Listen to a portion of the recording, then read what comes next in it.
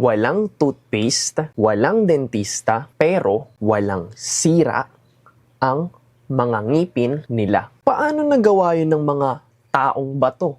Halika, ito ang sikreto nila. Alam mo ba, noong unang panahon pa ng mga taong bato o Stone Age ay bihira lang silang masiraan ng ngipin. Pero bakit kaya? Paano nangyari yun? Simple lang. Wala pa kasing asukal, wala pang asukal noon.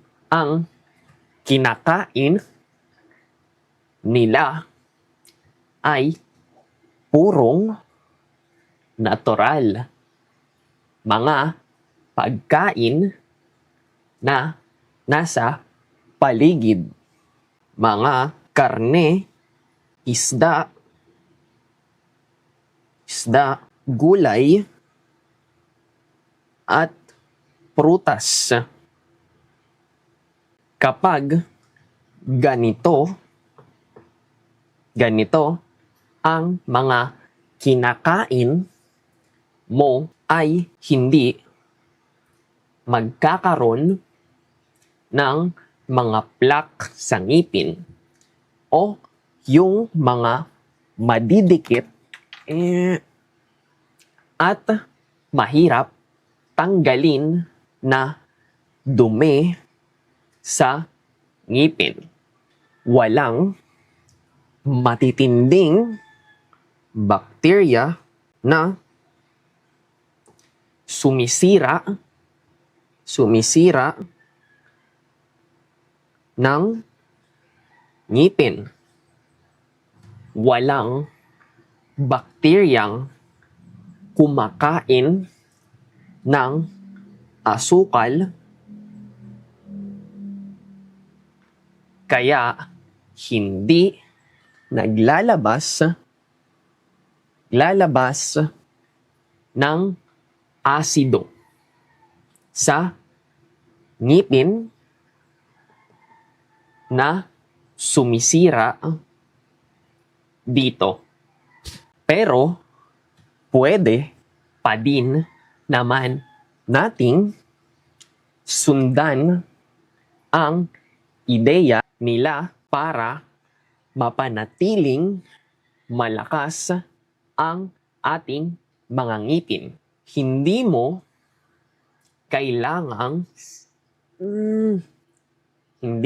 kailangang maging taong bato para masundan ang kanilang pagkain. Kailangan mo lang sundin kumain ng katulad ng estilo nila. Halimbawa, sa umaga, mga alas 6 hanggang alas 7, pwede kang kumain ng itlog,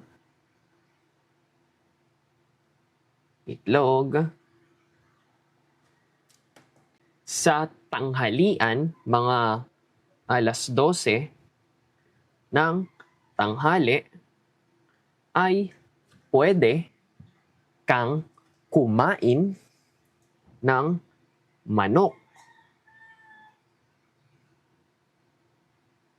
at isda.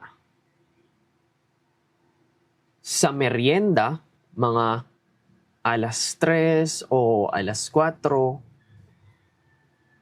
pwede kang kumain ng prutas. Sa gabi, mga alas 7 o alas 8, pwede kang kumain ng karne at isda ulit. ulit. Iwasan mo lang ang mga pagkaing sobrang matatamis katulad ng soft drinks, cake, o mga chicheria. Kasi ito ang mga gustong-gusto ng mga bakterya sa bibig. Kapag masusustansya ang mga kinakain o pagkain mo na pinapasok sa katawan ay magiging matibay ang ngipin mo. Kaya kung gusto mong magkaroon ng ngiting parang pang sinaunang tao, ay kumain ka din ng mga pagkaing katulad ng kinakain nila. Maganda din ang mga pagkain ito para lumakas ang katawan. Pero, paano nga ba lumalakas ang katawan ng mga tao at nagkakaroon ng muscles? Panoorin sa susunod na videong ito. Paalam.